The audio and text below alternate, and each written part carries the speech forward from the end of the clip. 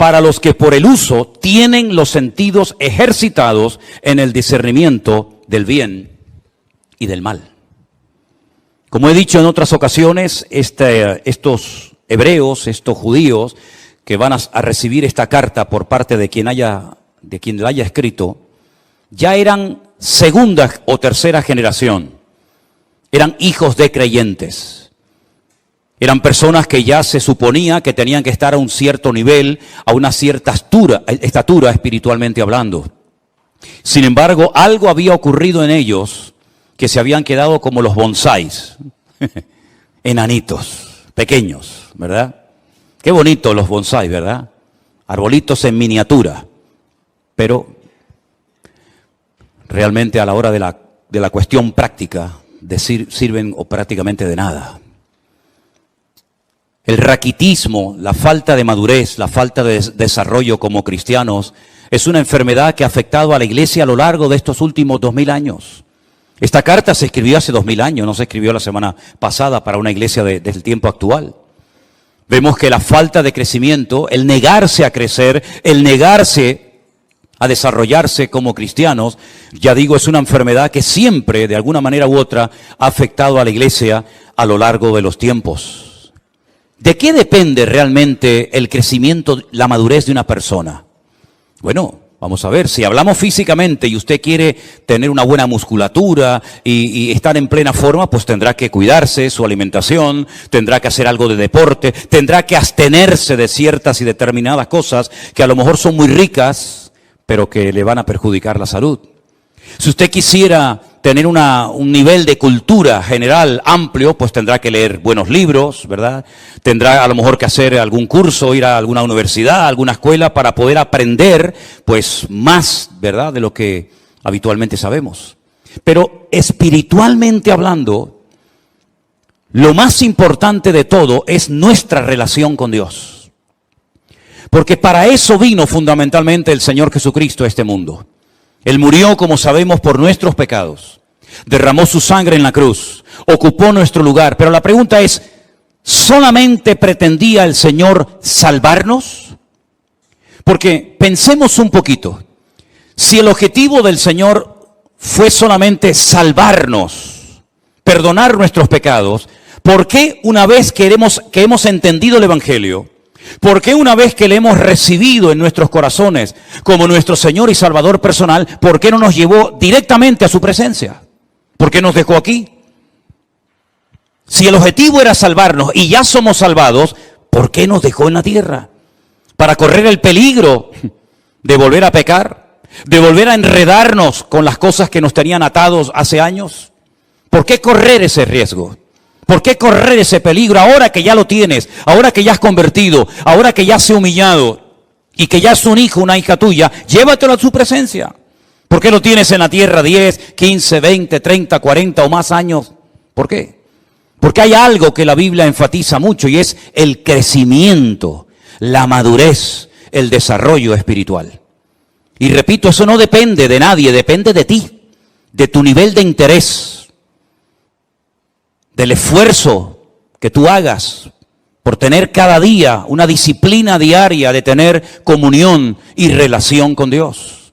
No estoy hablando de religión, estoy hablando de relación. Son dos cosas completamente diferentes.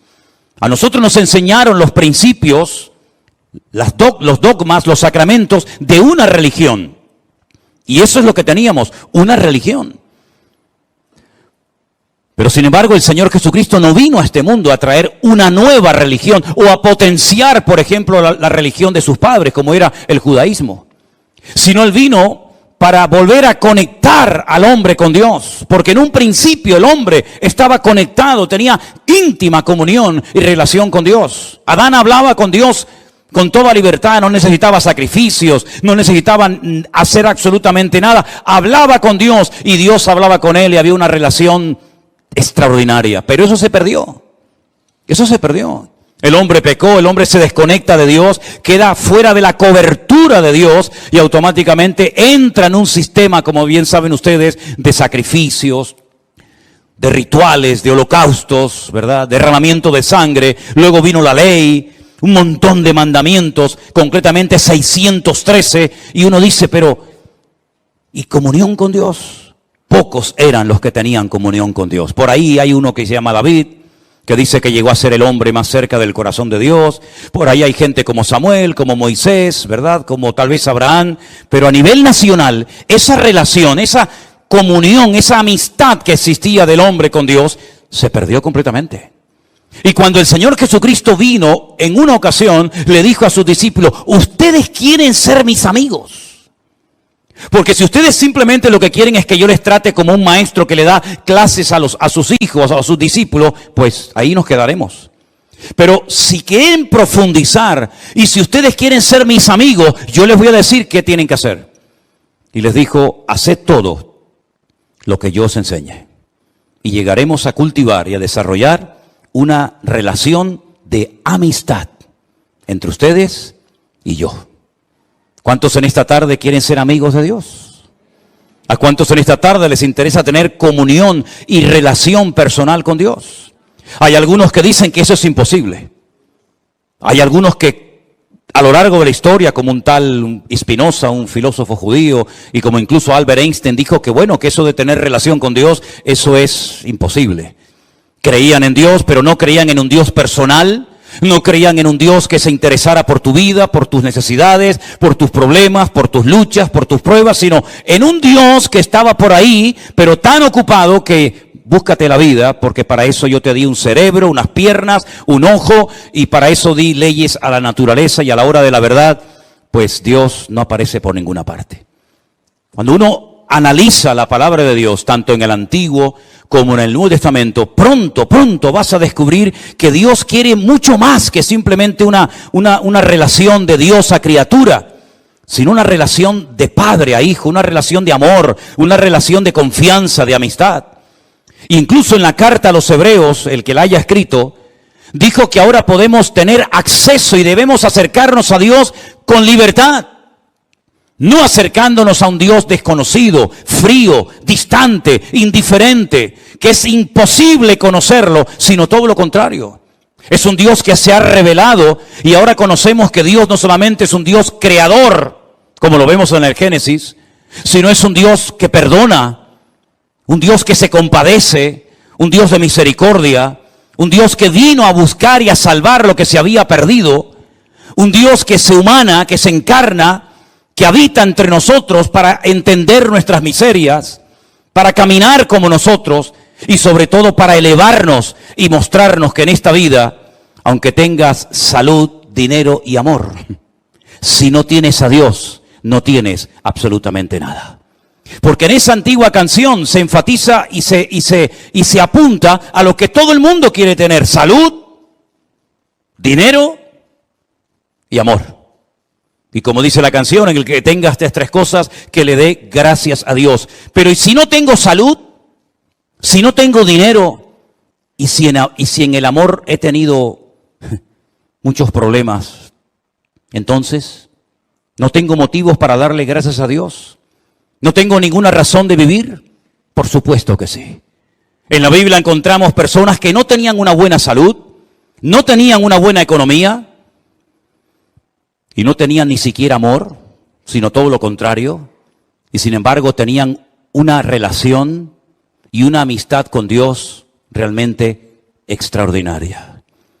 Y es que la vida no consiste solamente en tener salud, dinero y amor, sino el objetivo de la vida es tener comunión y relación con Dios. Y por eso Él dice, yo soy el camino, yo soy la verdad, y yo soy también la vida. Y nadie va a ir al Padre sino solamente a través de mí. Es decir, no solamente Él nos muestra que quiere tener comunión con nosotros, sino nos enseña cómo puedo acercarme a Él a través de su sacrificio, a través de sus méritos. En ningún momento menciona la palabra religión, en ningún momento me da una lista, un decálogo como se le dio al pueblo de Israel en el Antiguo Testamento, sino que ahora dice, mira, te lo voy a poner más fácil todavía. Así como el pueblo de Israel se esforzaba tratando de agradar a Dios y nunca lo consiguió, porque a lo mejor eran demasiados mandamientos, yo voy a resumir todo eso en dos solamente. El primero y más importante, amarás al Señor tu Dios con toda tu alma, con todo tu corazón y con todas tus fuerzas. Y el segundo, y amarás al prójimo como a ti mismo. Si eres capaz de cumplir con estos dos mandamientos, has cumplido con toda la ley y con todos los profetas. ¿Cuántos dicen amén? Es decir, que vemos que insistentemente, en cualquier generación que busques, en cualquier libro, a través de la escritura de cualquier profeta, vas a encontrar que la meta, el objetivo, el anhelo de Dios es volver a tener comunión con el hombre. Y hace todo lo que está a su alcance para ponerse a su nivel y para enseñarle que el hombre si quiere, puede volver a tener comunión y relación con Dios. Tu salud espiritual depende del nivel de relación y de comunión que tengas con Dios. Amén, hermanos. En segundo lugar, si tienes relación y comunión con Dios, vas a anhelar, vas a querer. El Espíritu Santo que mora, que vive en tu corazón, te va a impulsar a las Escrituras, al manual de instrucciones, a través del cual vas a descubrir el corazón de Dios. Te vas a dar cuenta qué es lo que a Él le agrada, qué es lo que Él espera de ti, cuál es el propósito de tu existencia.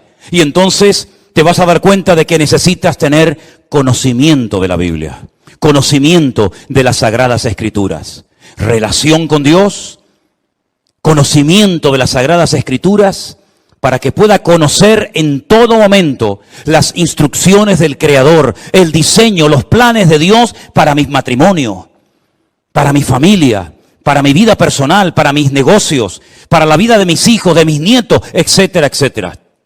Y no vayas por la vida inventándote cosas que Dios nunca le pidió a nadie que hiciera. Para que no vayas por la vida tocando puertas y buscando palabra por aquí, por allá, sino que Dios te dice, toma, ahí tienes toda la Escritura. Y como dijo Pablo a Timoteo, ocúpate en la lectura. Dedica tiempo a conocer las Sagradas Escrituras, porque ellas pueden producir en ti sabiduría de Dios. Y pueden hacerte un hombre de Dios, de lo cual no tendrás nada que avergonzarte en esta vida. Y por si hay alguna duda, bueno, ¿qué parte leo? ¿Será esta más inspirada, esta menos inspirada? Le dice a Timoteo y por consiguiente a todos nosotros, toda la Escritura es inspirada por Dios, toda. Desde el Génesis 1:1 hasta el Amén de Apocalipsis, cada texto, cada parábola, cada historia, cada profecía, todo ha sido inspirado por el Espíritu Santo para que tengas una base sobre la cual edificar tu fe y poder desarrollar una íntima y maravillosa comunión con nuestro Creador. ¿Cuántos dicen amén? Y entonces cuando tengas una óptima relación con Dios y un nivel de conocimiento de las Escrituras, va a venir solo algo que es imprescindible hoy en día para poder vivir una vida cristiana victoriosa. ¿Saben lo que es? Lo que hemos leído en esta noche. El discernimiento espiritual. El discernimiento del bien y del mal. Lo que te va a permitir tener como una especie de alarma, una especie de alarma espiritual, de sensibilidad espiritual, diciendo, eso no es de Dios. Aunque suene muy bonito, aunque a la gente le haga mucha gracia, eso no ha nacido, no viene del corazón del Señor. ¿Por qué? Porque yo conozco a mi Dios. Y yo sé que eso al Señor, a mi Padre, a mi amigo, no le agrada. Estos creyentes a los cuales se les escribe esta carta, se les llama niños, se les llama inmaduros. Se les dice en otra porción, no he podido profundizar para enseñarles cosas más profundas porque me resulta muy difícil buscar términos que ustedes puedan entender. Y no es que sean cosas muy profundas y difíciles de entender, sino como dice aquí, os habéis hecho tardos para oír.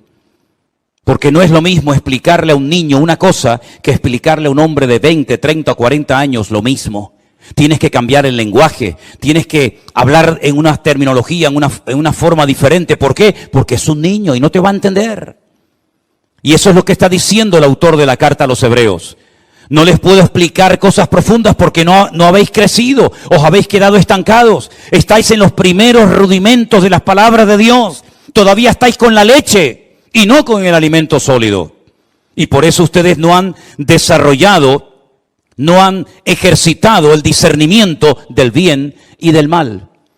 Si ustedes recuerdan el mensaje que di hace unos domingos atrás acerca de la muerte de 2 hijos del sacerdote Aarón, dice la Biblia que a partir de ese momento se les dijo a los sacerdotes del Antiguo Testamento que no entraran bajo los efectos del alcohol para que no les pasara lo mismo que les pasó a sus hijos. Pero añade a continuación, y para que en todo momento seáis capaces de discernir entre el bien y el mal, entre lo que es inmundo de lo que es puro o limpio.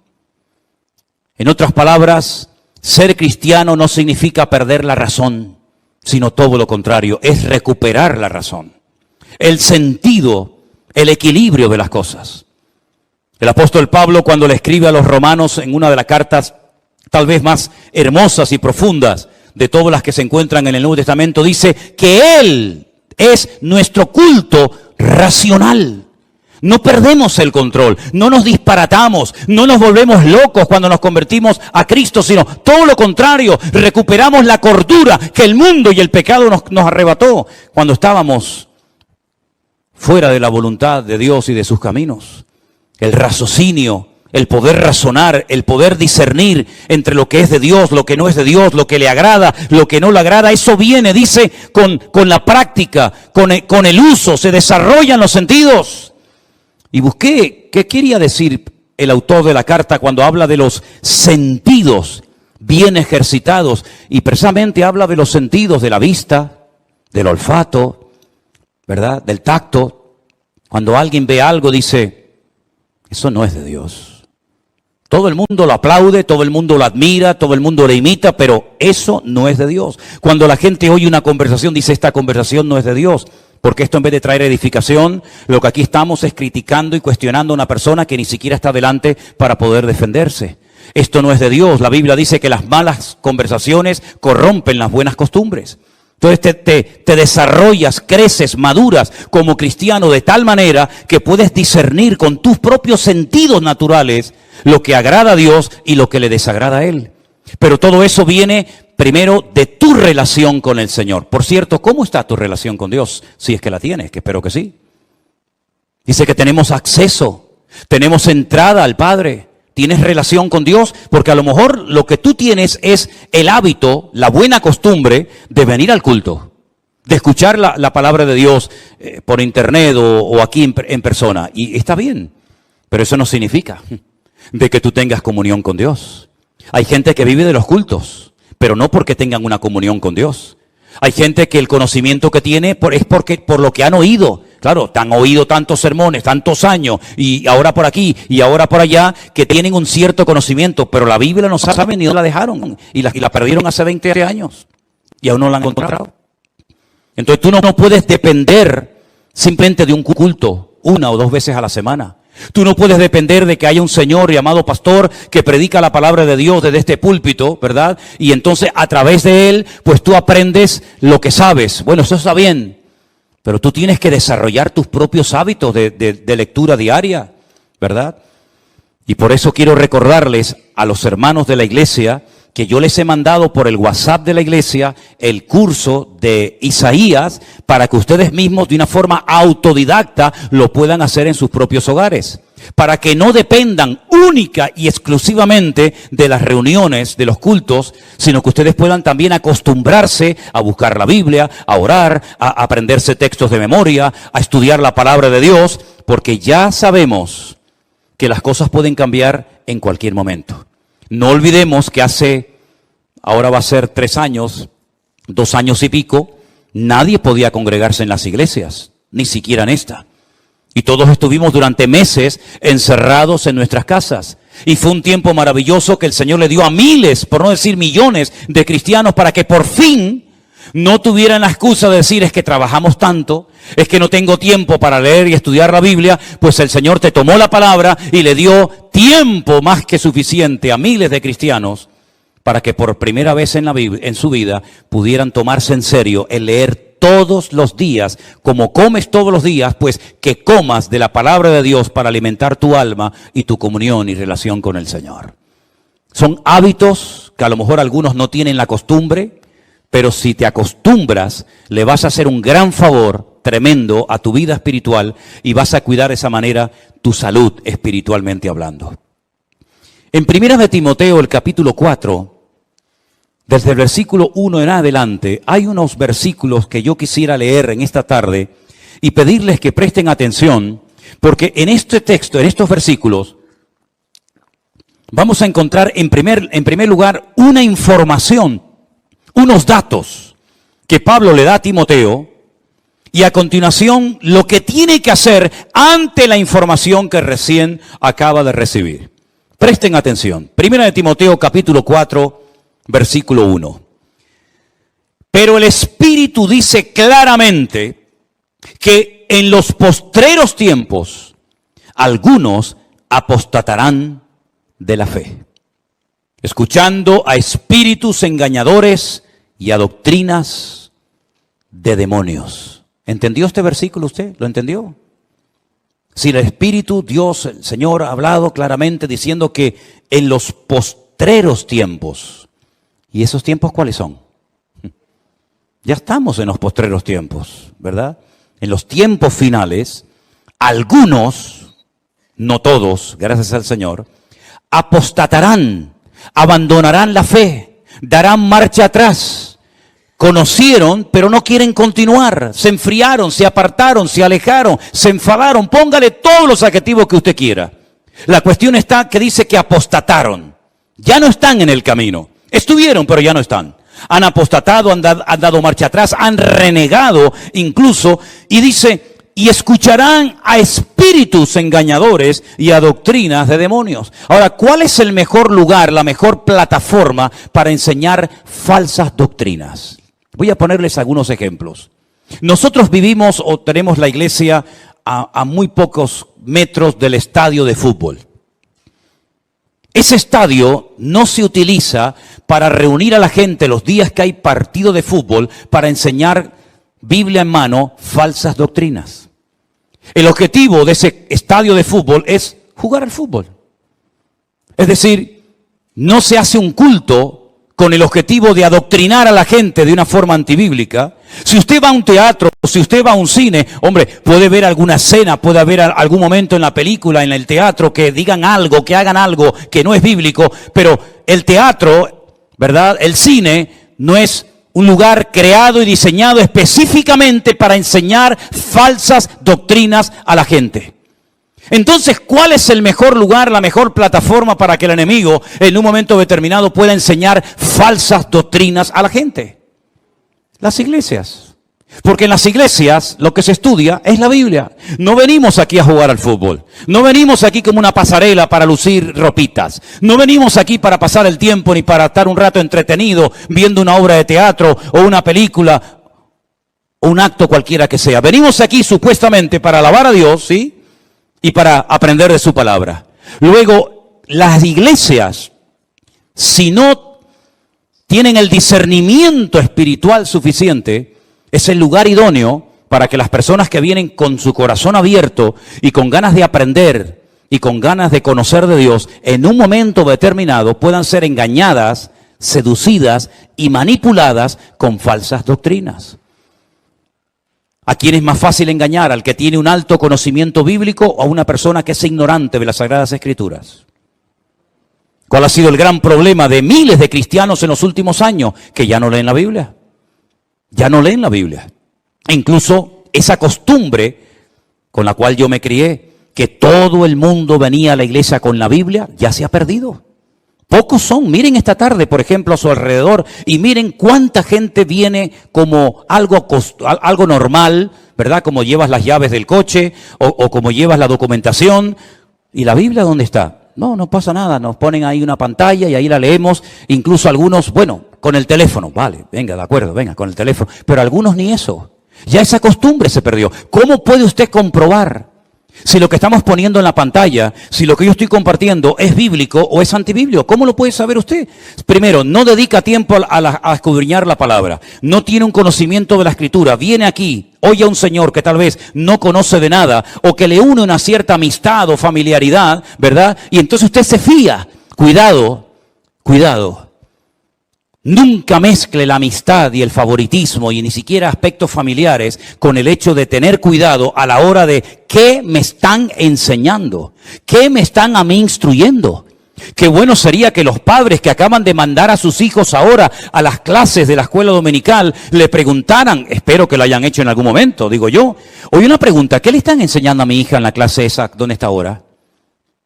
¿Qué le están enseñando a mi hijo? ¿Puedo entrar a la clase para ver cómo es la clase donde mi hijo está? ¿Quién es la persona que le está enseñando Biblia a mi hijo? ¿Es usted? ¿Es usted, hermano o hermana? Informarse, saber en todo momento. ¿Por qué? Porque la Biblia advierte de que en los últimos tiempos vendrían engañadores y se enseñarían falsas doctrinas. Y yo pregunto, ¿tienen noticia o les ha llegado a los oídos de que esto ya es un hecho en el pueblo cristiano hoy en día? ¿O esto es algo que todavía no hemos visto en la cristiandad? Han proliferado por todas partes las falsas doctrinas, las falsas enseñanzas. ¿Cuántas personas se han unido a la iglesia virtual y cuando nos cuentan lo que les enseñaban, cuando nos cuentan lo que les decían en sus iglesias, que había que pagar un dinero por no sé qué, que había que darle dinero a no sé cuánto, que había que hacer esto y aquello? Yo digo, ¿pero quién les ha enseñado a ustedes todas esas disparates y barbaridades? Bueno, el pastor, por el pastor ni que fuera Dios el pastor. El pastor tendrá que pasar por el filtro de la palabra. ¿O qué pasa? ¿Que el pastor tiene licencia para enseñar y para hacer lo que le da la gana en la iglesia y todo el mundo tiene que decir amén? ¿Pero esto qué es? Entonces la palabra de Dios dice, cuidado porque en los últimos tiempos vendrán falsos cristos, falsos profetas, falsos maestros, falsos apóstoles, falsos pastores. Es que está más claro que agua. Y por la hipocresía de mentirosos que tendrán cauterizada la conciencia, dice aquí, mire esto, qué cosa tan sorprendente, ¿le suena esto? En los últimos tiempos habría religiones, habría grupos religiosos que prohibirían casarse. ¿A mí esto me suena? ¿A usted no? Hola. ¿Estáis ahí o no?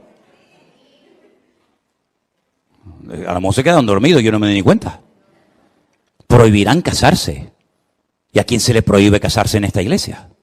A nadie. Si no se casa es porque a lo mejor no está en el grupo de los desesperados o desesperadas y no ha aparecido su príncipe azul, verde o morado o amarillo, pero no porque no le falten las ganas, ¿verdad?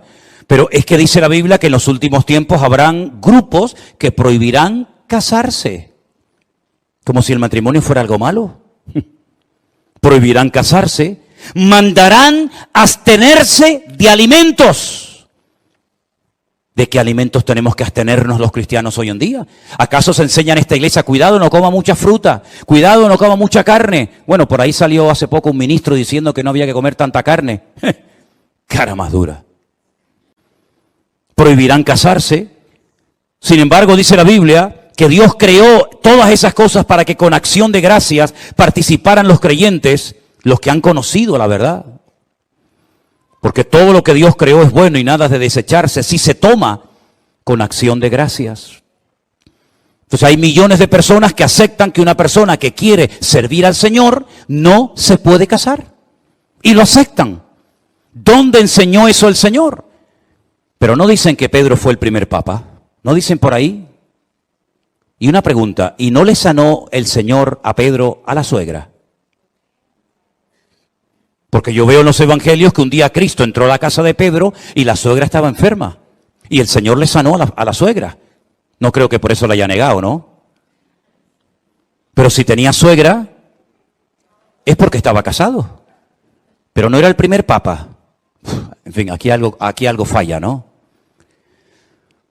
Porque por la palabra de Dios y por la oración es santificado. Ante esta información, ante este mensaje de alarma, de advertencia, Pablo le dice ahora a Timoteo, versículo 7, desecha las fábulas profanas y de viejas, ejercítate para la piedad. Versículo 13, ocúpate en la lectura, la exhortación y la enseñanza. Versículo 14, no descuides el don de Dios que está en ti. Versículo 15, ocúpate de estas cosas, permanece en ellas. Verso 16, ten cuidado de ti mismo y de la doctrina. Y también dice, persiste en ello, pues haciendo esto te salvarás a ti mismo y a los que te oyeren. En otras palabras, hay que hacer algo. Vienen falsas doctrinas, vienen falsas enseñanzas, pero nosotros sabemos por el crecimiento, por la madurez, por el desarrollo espiritual, por la relación con el Señor, sabemos lo que viene de Dios y lo que no viene de Dios. ¿Cuántos dicen amén, hermanos? Pero es su deber. No es mi responsabilidad que usted sepa mucho de la Biblia. ¿De qué sirve que yo quiera que usted crezca y madure si usted se niega a crecer? ¿De qué sirve eso? ¿Se puede obligar a una persona a crecer o a madurar cuando ésta se niega y ha decidido quedarse como está y no esforzarse por crecer espiritualmente hablando? Hermanos, hay gestos, hay cosas que los niños hacen y se les permite, se les tolera. ¿Por qué? Porque son niños. Son niños. No vean ustedes cuando Adriel empieza a soltar gases. Oye, no se corta, no dice, ay, perdón, abuelo. Ay, perdón, abuela, se me escapó. Él no se corta un pelo, él, ala, venga, pierna suelta. ¿Qué le parece? Hay niños que se chupan el dedo. Hay niños que se hacen pis encima. Hay niños que les entra, como decimos por aquí, una perreta de estas que dice, ¿pero qué le pasa? Y venga a llorar, y venga a llorar. Y hay cosas que a los niños se les tolera, se les permite. ¿Saben por qué? Porque son niños. Y se comportan como niños. Pero ahora usted imagínese ver a nuestro hermano Jair, mientras yo predico, chupándose el dedo. Nuestra hermana Marcela haciéndose sus necesidades encima. Nuestra hermana Cruzita con la chupa en la boca. El otro, y yo digo, ¿pero esto qué es? ¿Esto qué es? Nos daría vergüenza, ¿sí o no? Sí, pero hermana, ¿qué está haciendo? Hermano, córtese un poco, que le están oyendo, que le están viendo toda la iglesia. Porque ya no son tolerables, ya no se ve bien. Cosas que hacen los niños, ya en los adultos no se pueden hacer, hermanos. Pero es que espiritualmente pasa lo mismo. Cuando una persona empieza, cuando una persona no tiene conocimiento bíblico, cuando una persona está dando los primeros pasos, a veces cuenta cosas. A veces comparte cosas en el Facebook, A veces pone cada fotografía. A veces hace cada comentario que tú dices, es que es normal, es que es lógico. Es lógico porque, claro, si lleva 4 días en los caminos del Señor, es normal que todavía haga cosas que... Pero cuando yo era niño, dice Pablo, hablaba como un niño, pensaba como un niño, me comportaba como un niño. Mas cuando ya fui hombre, dejé lo que era de niño. Es decir, los niños se enfadan por cualquier cosa. ¿Se dan cuenta de eso? Se enfadan y a los 10 minutos otra vez son amigos. Y a veces los padres son tan tontos que se ponen peleados entre los padres y después los hijos en 5 minutos ya son amigos otra vez. Y los padres se distanciaron el resto de su vida. ¿Qué te parece? Hermanos queridos, es tiempo de dejarnos de chupar el dedo. Es tiempo de crecer. Es tiempo de madurar. Es tiempo de desarrollar el discernimiento espiritual por la práctica, por el uso. ¿Y saben algo que el Señor te va a dar para madurar y para crecer? Y lo está haciendo. Oportunidades. Aprovecha todas y cada una de las oportunidades que el Señor te da para servir, para madurar y para crecer. Valora todo lo que el Señor está haciendo en tu vida y recibes cada día y cada semana. Sé selectivo, ¿verdad? No te voy a dar una lista, mire, si usted viene a esta iglesia, esto y esto no se puede hacer.